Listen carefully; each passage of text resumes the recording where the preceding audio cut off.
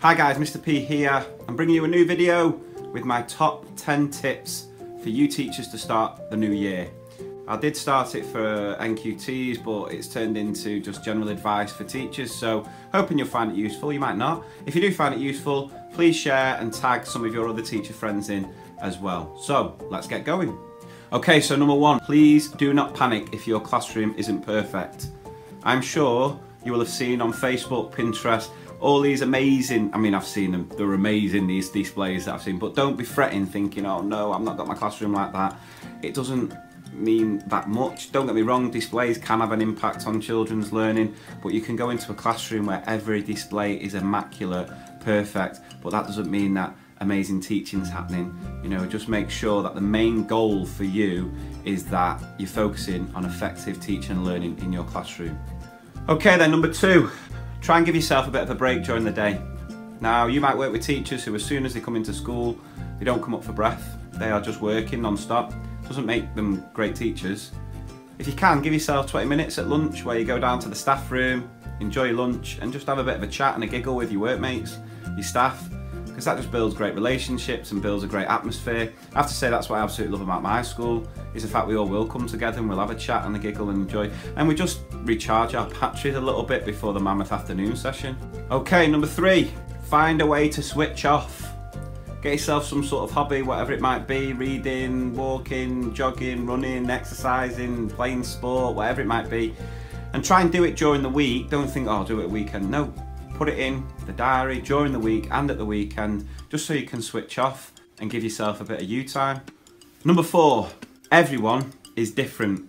You might end up working with a parallel teacher or a teacher in your phase who loves a bit of planning.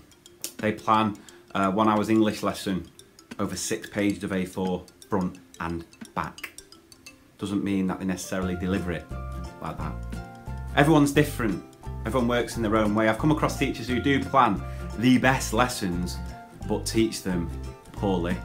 And some teachers who teach incredible lessons from a post-it note. There are teachers out there who love to work, and they think working every hour under the sun makes them a better teacher. It doesn't. Focus on what works best for you as long as you're being effective in the classroom. Number five, use your passion. So when it comes to planning, make sure you put your own stamp on it, all right? Don't become a teacher that simply teaches from a scheme of work, that just teaches from the textbook. The most important tool you have as a teacher is your own enthusiasm.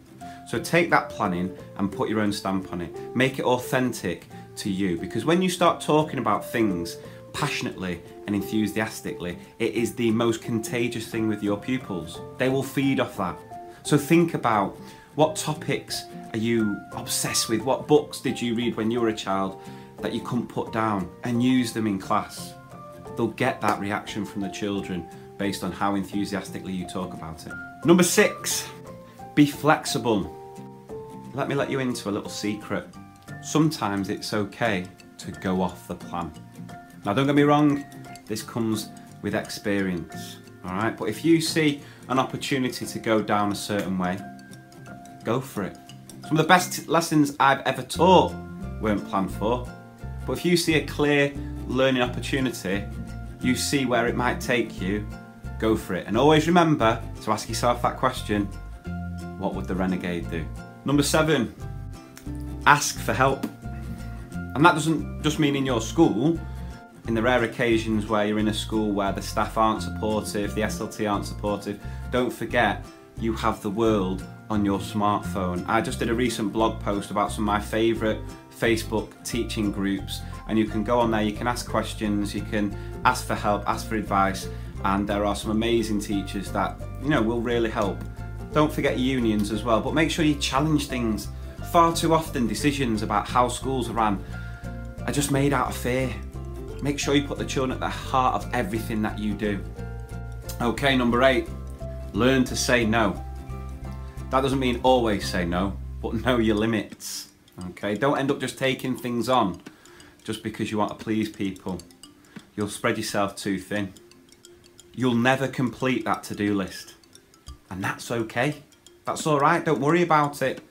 Just learn to prioritise things and make sure that your well-being is at the top of that list. Okay, number 9. There is no such thing as an outstanding teacher. There, I said it. Does my head in, this outstanding thing.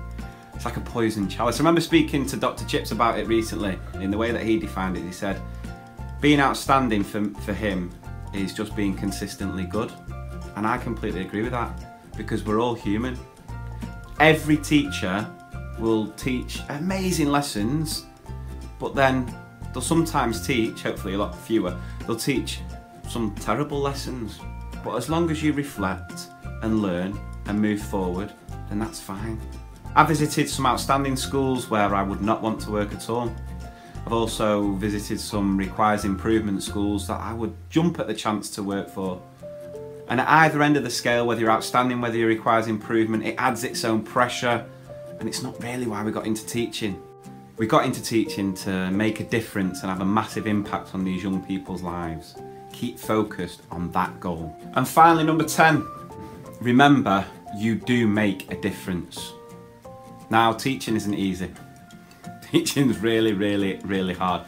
You are going to have days where you will question whether you're good enough. You'll have days where everything feels on top of you, and you'll have days where you just feel just really under pressure. But then you'll also have some incredible moments. You'll have incredible moments where that penny drops and you see in that child's eyes that they've grasped that concept. You'll get little notes, little cards, little thank yous, and listen, keep hold of them. Put them in a drawer so that when you're having one of those days and you feel like everything's coming on top of you, open that drawer, read those cards, and remember what an amazing teacher and what an amazing job you do.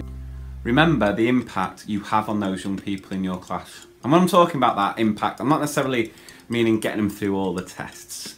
For some children you work with, you might be the only person in their lives that makes them feel valued and worthwhile, and ignite a passion that lasts a lifetime. So thank you for watching that. I hope you found it useful. I just want to say a massive thank you to everyone for all their continued support. Here's to another amazing year. Guys, carry on doing the incredible job you are, because you are doing the best job in the world.